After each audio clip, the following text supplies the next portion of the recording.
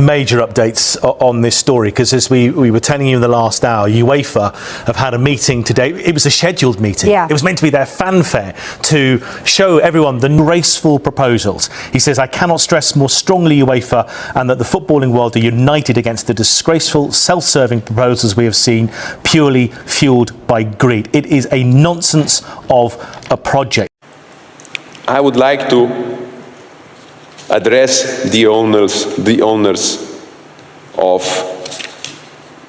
some English clubs. Gentlemen, you made a huge mistake.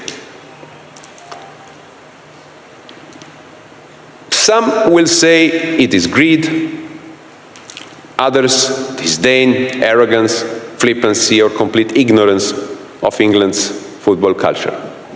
But actually it doesn't matter. What matters is that there is still time to change your mind. It does beg the question. I mean, some people are quick to say VAR gets involved too often, but when we see, as you wonderfully highlighted, Dermot, the view of the referee was obscured and therefore he can't get a proper look at it. Why isn't this the ideal time for VAR to step in and go, you might want to go on the screen, have another look at that. If you stick with it, that's fine. But if you don't, then at least we have done our work. Yeah, it's a good question, Rob, but I can't answer it because they talk about the threshold.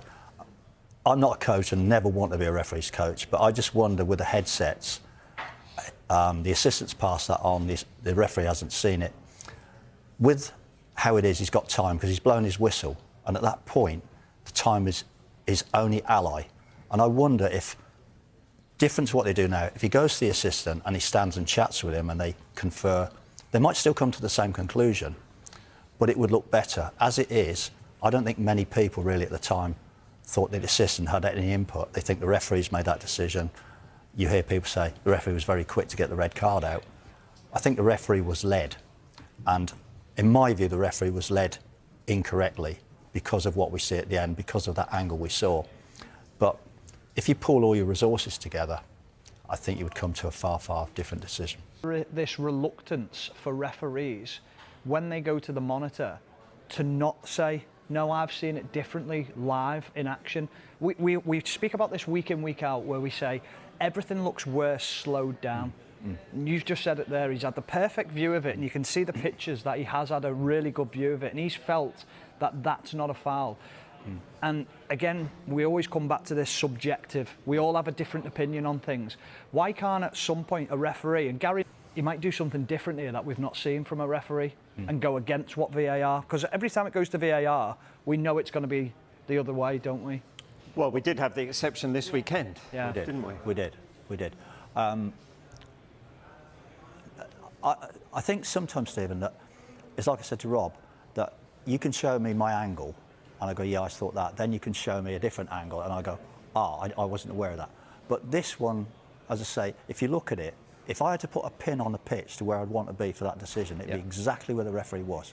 He got everything. And then what stunned me is that they showed him the same angle.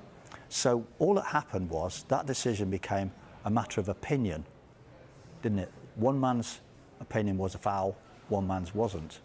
And in the end, they sided with it. If you'd have been sent to the monitor there and you were the referee on the pitch and you saw that again, would you have changed your mind? No, I didn't think it was a foul at the time. And based on, as I say, based on where the referee was, what he saw, and based on what he showed on the screen, I can't see what changed. I suppose it just puts an element of doubt in your mind, doesn't it? So I suppose as a referee, you've seen it and you've gone, no, definitely not a foul. But then when someone tells you that it is, does it put that little bit of doubt?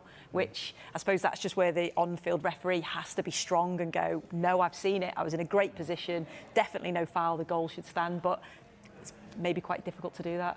And we can talk all day about it. We all agree it's a goal. But it's about where do we go from here? How do we make sure next Saturday we're not in that position, but we're in that position? That's what this week will bring.